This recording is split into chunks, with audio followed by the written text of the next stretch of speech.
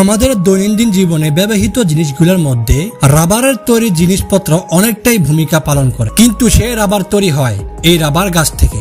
এই রাবার গাছগুলোকে সর্বপ্রথম ভোরবেলা এসে কাটা হয় এবং ঘন্টা 4 ঘন্টা পরে গাছের মধ্যে লাগানো এই কাপগুলা রাবারের কষ দিয়ে ভর্তি হয়ে যায়। দেখতে অনেকটা দুধের মতো ঘন মনে হয়, কিন্তু এগুলা দুধ নয়, এগুলা হচ্ছে রাবারের কষ। তারপরে পুরো বাগান থেকে বালতির মাধ্যমে এই মালাগুলা থেকে কষগুলা সংগ্রহ করা হয় এবং বড় ড্রামের মধ্যে ঢালা হয়। এই রাবার তৈরির প্রক্রিয়ার প্রসেস অনেক লম্বা। তারপর এই ড্রামগুলিকে মাথায় করে কাঁধে করে যেখানে রাবার শিট বসানো হয় সেখানে নিয়ে আনা হয়। তারপর এরকম সারি সারি ভাবে অ্যালুমিনিয়ামের ট্রেগুলা বসিয়ে দেওয়া হয় এবং তার মধ্যে 2 লিটার, 2.5 লিটার এবং 3 লিটার পর্যন্ত করে এক একটা ট্রের মধ্যে কষগুলা ঢালা হয় এবং তার সাথে জল ও সামান্য অ্যাসিড দিয়ে এইগুলাকে ভালো করে লেড়ে 24 ঘন্টার জন্য রেখে দেওয়া হয়। তারপরে এইগুলাকে বিশেষ মিশিং এর মাধ্যমে এইগুলাকে চিবানো হয়, চিবিয়ে তারপরে এইগুলাকে শুকানো হয়। তারপরে তৈরি হয়ে যায়